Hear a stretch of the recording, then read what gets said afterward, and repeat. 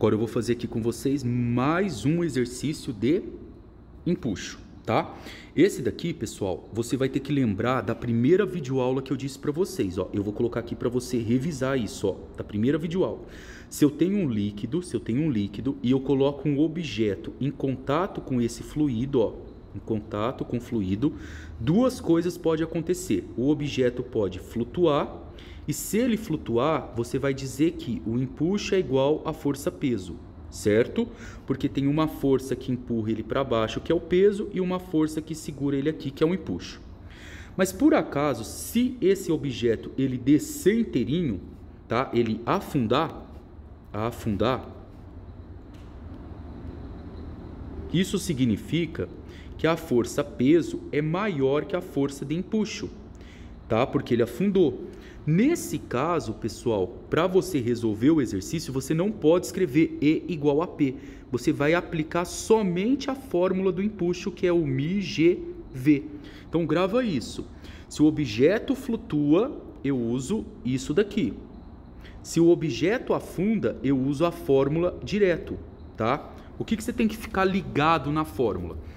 O empuxo é o μ do líquido vezes a gravidade vezes o volume do líquido. Mas agora repara comigo que como o objeto afundou inteiro, então ele deslocou o volume referente a ele próprio. Por exemplo, se eu tenho aqui, ó, um objeto, uma esfera com um volume de 2 metros cúbicos. Quando essa esfera entra aqui embaixo da água, ó, ela continua com 2 metros cúbicos. E o que ela vai deslocar de água? Ela vai deslocar de água os 2 metros cúbicos. Então, quando o objeto afunda, uma coisa legalzinha acontece, ó. A densidade é do líquido, G da gravidade. Agora, o volume de líquido, ele é igual ao volume do objeto, tá? Porque ele está inteirinho dentro da água. Por esse motivo que eu expliquei para vocês agora, ó. Pronto. Aí vocês vão fazer o seguinte, ó. No item A, ele pede o peso do objeto. O exercício está falando que eu tenho 10 quilos, tá? 10 quilos. Se a massa é 10 quilos, a força-peso é massa vezes gravidade, então a força-peso é 10, a gravidade vale 10, eu tenho uma força de 100 newtons. Era só fazer isso aqui no A. Agora, o B, ele pede para você calcular a força de empuxo. É só você jogar na fórmula, ó, μ do líquido vezes gravidade vezes o volume do objeto. O do objeto porque eu expliquei agora para vocês isso aqui, certo? Então vai ficar... Aqui, pessoal, eu sou obrigado a colocar 1000 quilos por metro cúbico, por causa que a gravidade é 10 metros por segundo ao quadrado, tá? Isso tem que ficar bem claro para vocês não fazerem confusão com unidade. Então, 1000 vezes 10 vezes o volume do objeto. O volume do objeto é o volume todo, tá? E ele deu aqui, ó, 0,002. Agora eu vou multiplicar isso aqui.